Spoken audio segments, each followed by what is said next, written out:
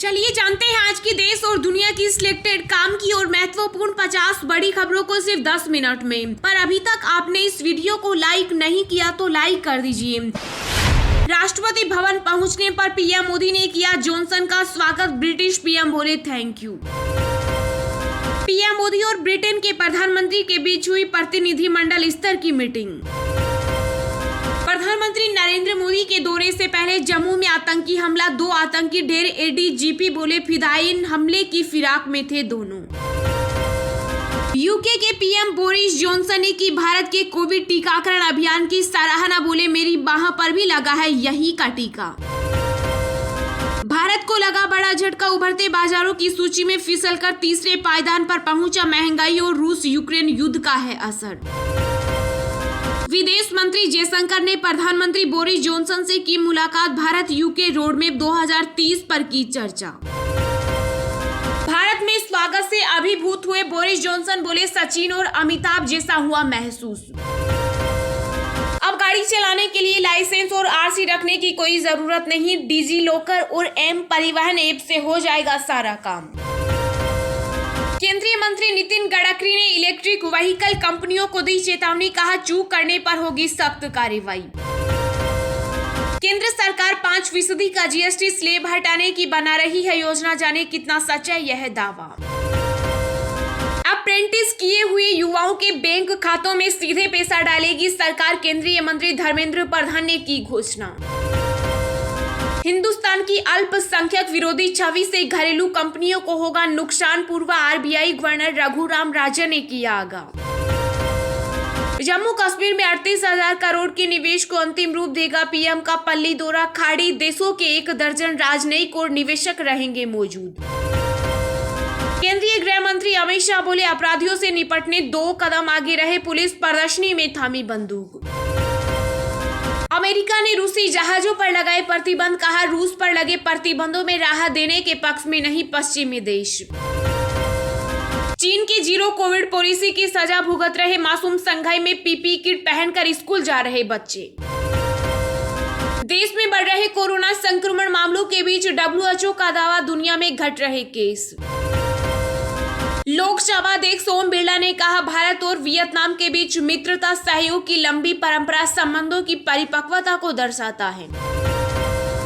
हिमाचल प्रदेश में भाजपा और आम आदमी पार्टी में छिड़ी जंग के बीच संजीवनी बूटी की तलाश में कांग्रेस। तमिलनाडु में सार्वजनिक जगहों पर मास्क नहीं पहनने पर 500 रुपए का जुर्माना। वित्त मंत्री निर्मला सीतारमण ने धन शोधन में आतंक के वित्त पोषण के खिलाफ लड़ाई में भारत की प्रतिबद्धता दोहराई। इसरो चेयरमैन एस सोमनाथ को गृह मंत्रालय ने दी Y+ श्रेणी की सुरक्षा। यूपी के सीएम योगी ने मॉरिशस के प्रधानमंत्री प्रविंदर कुमार जगन्नाथ के साथ की बैठक। निवेश और व्यापार की संभावनाओं पर की चर्चा। भारत में बीते 24 घंटों में कोरोना के 2,451 नए मामले आए सामने। लगातार तीसरे दिन मिले 2,000 से ज्यादा केस। दिल्ली के उप मुख्यमंत्री मनीष सिसोदिया का बीजेपी पर गंभीर आरोप। कहा बुलडोजर की धमकी देकर वसूली कर रहे हैं भाजपा नेता। आरबीआई ने बदले क्रेडिट कार्ड से जुड़े नियम। कार्ड बंद करने में आनाकानी नहीं कर सकेंगे बैंक। मालदीव में महीनों से चल रहे भारत विरोधी प्रदर्शनी पर राष्ट्रपति ने लगाया बैन। बोले राष्ट्रीय सुरक्षा के लिए पैदा हो सकता है खतरा।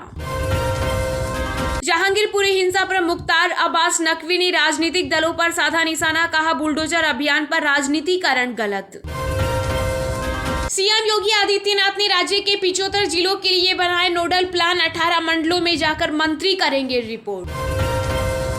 किसान नेता राकेश टिकैत का बड़ा बयान। कहा जल्द होगा बुलडोजर और ट्रैक्टर में मुकाबला, सड़कों पर आएंगे। राजस्थान में 300 साल पुराने मंदिर तोड़ने पर भड़की बीजेपी। कांग्रेस से पूछा क्या यही है सेक्युलरिज्म। आटा तेल के बाद अब बीमा तक पहुंची महंगाई की आग। पॉलिसी धारकों के पसीने छुड़ा रही कीमतें। केजरीवाल सरकार ने स्कूलों के लिए जारी की एसओपी। छात्रों से कोरोना के लक्षणों के बारे में रोजाना पूछेंगे शिक्षक। आम आदमी पार्टी ने चुनावी तैयारी की तेज। राजस्थान में 24 अप्रैल से शुरू होगी कार्यकर्ता संवाद यात्रा। पंजाब में कांग्रेस नेता नवजोत सिंह सिद्धू ने सीएम भगवंत मान को बताया छोटा भाई, कहा वह ईमानदार है। LIC IPO लाने की तारीख पर 1-2 दिन में होगा फैसला। हेमंत सोरेन परिवार और उनके करीबियों की संपत्ति की जांच करेगा ईडी, झारखंड हाई कोर्ट ने दिए आदेश। यूपी में पुरोहित कल्याण बोर्ड का गठन, जल्द सीएम योगी ने दी मंजूरी। जहांगीरपुरी हिंसा पर बंगाल की सीएम ममता बनर्जी ने बीजेपी पर साधा निशाना, कहा हम बुलडोज नहीं एकजुट करना चाहते हैं। पहली बार अचल संपत्ति खरीदने पर स्टाम्प शुल्क में 50% छूट, जम्मू कश्मीर सरकार ने जारी किया आदेश। भारत ने कोविड प्रकोप और यूक्रेन युद्ध के बीच वैश्विक खाद्य सुरक्षा में अपने योगदान पर डाला प्रकाश। महाराष्ट्र के उप मुख्यमंत्री अजित पवार बोले बिजली कटौती संकट से निपटने के लिए कोयला आयात करेगी उद्धव सरकार। अब 5 से 12 साल के बच्चों को भी लगेगा टीका, कोर्बोवैक्स वैक्सीन को मिली मंजूरी। पंजाब में कर्जदार किसानों को वारंट जारी करने पर बवाल, यूनियन ने दी आंदोलन की चेतावनी। यूपी MP के बाद अब सूरत में चला दादा का बुलडोजर, गैंगस्टर की अवैध संपत्ति जमींदोज। रक्षा डील से लेकर रूस यूक्रेन युद्ध तक जाने पीएम मोदी और बोरिस जॉनसन के बीच किन मुद्दों पर हुई बातचीत। हरियाणा में खिलाड़ियों को स्टेडियम में रिहर्सल के लिए अब नहीं देनी होगी फीस, विरोध के बाद खट्टर सरकार ने बदला फैसला। धर्म संसद में कोई हेट स्पीच नहीं दी गई, दिल्ली पुलिस ने इस जवाब पर सुप्रीम कोर्ट ने जताई है हैरानी। गुजरात में कांग्रेस को लग सकता है बड़ा झटका, गुजरात से पहले हार्दिक पटेल ने दिखाए बागी तेवर, खुद को बताया राम भक्त। अखिलेश के बाद अब मुलायम के विरोध में शिवपाल बोले नेताजी चाह लेते तो जेल से रिहा हो जाते आजम खां। जहांगीरपुरी हिंसा मामले में ईडी अंसार के खिलाफ PMLA एक्ट के तहत लेनी होगी एक्शन, पुलिस कमिश्नर ने लिखा लेटर, जुम्मे की नमाज को लेकर अलर्ट। बंगाल सीएम ममता बनर्जी 29 अप्रैल को जाएगी दिल्ली, मुख्यमंत्रियों की ज्वाइंट कांग्रेस में लेंगी हिस्सा। अदानी समूह ने खरीदी भारत की सबसे बड़ी marine company ocean sparkle port के बाद अब समुद्री कारोबार में बजेगा डंका। राजस्थान के PCC चीफ डोटासरा ने साधा निशाना, कहा बीजेपी कर रही सांप्रदायिक सियासत, धर्म के नाम पर लोगों को लड़ा रही। RJD सुप्रीमो लालू प्रसाद यादव को डोरंडो केस में राहत, झारखंड हाईकोर्ट से मिली बेल, 10 लाख भरना होगा जुर्माना।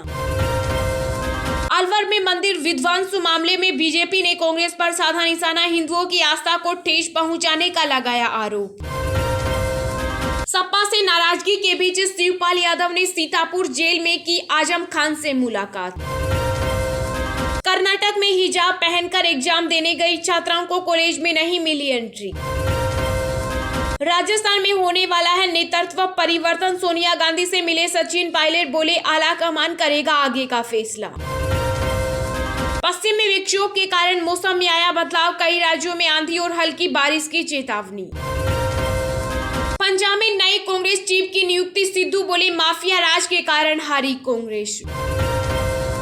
मनी लॉन्ड्रिंग केस में एनसीपी नेता नवाब मलिक की न्यायिक हिरासत 6 मई तक बढ़ी। IIT मद्रास में 18 और छात्र हुए कोविड संक्रमित, अब तक कुल 30 पॉजिटिव मिले। वाराणसी में पृथ्वी दिवस पर मिट्टी बचाओ अभियान, स्वयं सेवकों ने घाट पर लोगों को किया जागरूक। शेयर बाजार में शुरुआती कारोबार में सेंसेक्स 667 अंक गिरा, निफ्टी भी 17,196 पर आया। चलिए अब जानते हैं जो आम आदमी के काम की और फायदेमंद खबरें हैं उनको विस्तार से। पर इससे पहले अभी तक आपने इस वीडियो को लाइक नहीं किया तो लाइक कर दीजिए। रक्षा डील से लेकर रूस यूक्रेन युद्ध तक जाने पीएम मोदी और बोरिस जॉनसन के बीच किन मुद्दों पर हुई बातचीत। जी हां, ब्रिटेन के प्रधानमंत्री बोरिस जॉनसन 2 दिवसीय भारत के दौरे पर हैं। अपनी यात्रा के दूसरे दिन जॉनसन ने पीएम मोदी से दिल्ली में स्थित हैदराबाद हाउस में मुलाकात की। दोनों देशों के बीच प्रतिनिधिमंडल स्तर की वार्ता हुई। इस दौरान भारत और ब्रिटेन के बीच कई अहम समझौतों पर मुहर लगी। पीएम मोदी और बोरिस जॉनसन ने इस मुलाकात के बाद पत्रकारों को संबोधित किया। पीएम मोदी ने कहा कि मैं ब्रिटेन के प्रधानमंत्री बोरिस जॉनसन का भारत में स्वागत करता हूं। आजादी का अमृत महोत्सव के दौरान प्रधानमंत्री बोरिस जॉनसन की भारत यात्रा ऐतिहासिक है। पीएम मोदी ने कहा कि पिछले साल हमने दोनों देशों के बीच कॉम्प्रिहेंसिव स्ट्रेटेजिक पार्टनरशिप की स्थापना की थी। इस दशक में अपने संबंधों को दिशा देने के लिए हमने एक महत्वाकांक्षी रोड मैप 2030 भी लॉन्च किया था। आज हमने इस रोड मैप को भी रिव्यू किया और आगे के लिए लक्ष्य तय किए। इसके अलावा आज हमने अपनी जलवायु और ऊर्जा पार्टनरशिप को और अधिक गहन करने का निर्णय लिया। वहीं दोनों नेताओं के बीच रूस और यूक्रेन के बीच जारी युद्ध को लेकर भी चर्चा हुई। मोदी ने कहा कि हमने यूक्रेन में तुरंत युद्ध विराम और समस्या के समाधान के लिए डायलॉग और डिप्लोमेसी पर बल दिया है। अब गाड़ी चलाने के लिए लाइसेंस और आरसी रखने की कोई जरूरत नहीं। डिजी लॉकर और एम परिवहन ऐप से हो जाएगा सारा काम। जी हाँ, अगर आप देश के किसी भी राज्य में हैं और गाड़ी चलाने के लिए सड़क पर उतर रहे हैं तो आपके पास ड्राइविंग लाइसेंस होना अनिवार्य है। एक वाहन चालक के पास सिर्फ ड्राइविंग लाइसेंस ही नहीं बल्कि अन्य सभी जरूरी डॉक्यूमेंट जैसे गाड़ी का आरसी, पीयूसी और इंश्योरेंस के पेपर्स होना भी अनिवार्य है। अगर गाड़ी चलाते समय आपके पास ये सभी डॉक्यूमेंट होना बहुत जरूरी है। लेकिन आज हम आपको ऐसे मोबाइल ऐप के बारे में बताएंगे जिसे देखते ही ट्रैफिक पुलिस सतर्क हो जाती है और लाइसेंस आरसी न होने पर भी चालान नहीं काटती। दरअसल भारत सरकार ने डिजिटल इंडिया मुहिम को ध्यान में रखते हुए सभी जरूरी डॉक्यूमेंट्स को एक जगह सेफ रखने के लिए DG9 और एम परिवहन मोबाइल ऐप बनाया है। इन दोनों ही ऐप में आप अपना driving licence, registration, pollution certificate और इंश्योरेंस के पेपर्स अपलोड कर सकते हैं और कभी भी इसका इस्तेमाल कर सकते हैं। ये मोबाइल ऐप पूरे देश में मान्य है और इसमें स्टोर किए गए डॉक्यूमेंट्स की सॉफ्ट कॉपी और हार्ड कॉपी के रूप में भी स्वीकार किया जाता है।